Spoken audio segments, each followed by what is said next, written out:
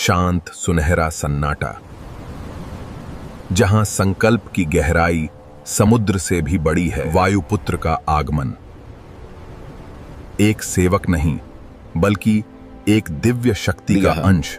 जब दो आत्माओं का संकल्प एक होता है तो सृष्टि की वास्तविकता बदलने लगती है। हर अणु, हर परमाणु अब एक नए नक्शे में ढल रहा है।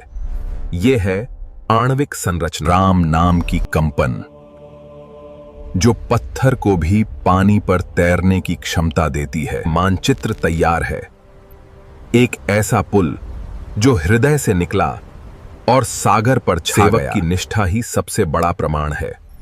जैविक पहचान, संकल्प गति से हुआ स्थिरता तक। ज्ञान का प्रवाह अनंत है।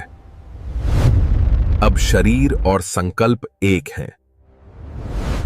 वायुपुत्र अब स्वयं पुल बन चुके हैं। नक्शा तैयार है, पर क्या सागर रास्ता देगा? सूरज ढल चुका है, पर असली गर्मी अब शुरू हो रही है। हनुमान के स्पर्श से पत्थर का भीतरी ढांचा पिघलने लगा है। कोई जादू नहीं, यह एक चरण परिवर्तन है। ठोस पत्थर अब ऊर्जा में बदल रहा है। मात्रा को कम किया जा रहा है। भारी पत्थर अब एक हल्का आधार बनने वाला है। नाम की कंपन, जो अणुओं को एक नई व्यवस्था में बांध देती है। पत्थर अब कांच की तरह साफ है। इसके भीतर राम नाम एक तारे की तरह चमक रहा है। ऊर्जा को नष्ट नहीं किया जा सकता, बस बदला जा सकता है। अब यह सागर को चुनौती देगा। एक असंभव उछाल,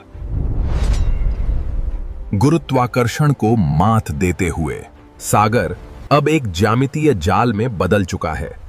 सेतु का पहला हिस्सा सक्रिय हो चुका है। यह केवल पत्थर नहीं, यह कैद की हुई सितारों की रोशनी है। एक जीवित पुल, ध्यान से देखिए। यह केवल एक राजा नहीं, इस दिव्य सेतु का आधार है। संकल्प से सृजित एक क्वांटम बंधन, जो हर अणु को एक सूत्र में बांध रहा है। वायुपुत्र की अपार शक्ति,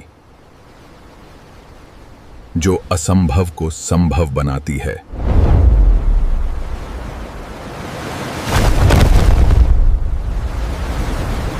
हर पत्थर की गूंज एक सूचना स्पंदन बनकर वापस लौटती है। इस झटके को राम अपने हृदय पर सहते हैं। यह है प्रतिपुष्टि चक्र का असली बोझ। सागर अब शांत है।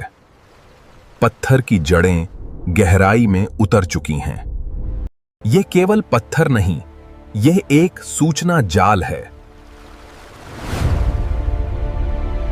संकल्प और शक्ति का महामिलन। अब रास्ता तय है।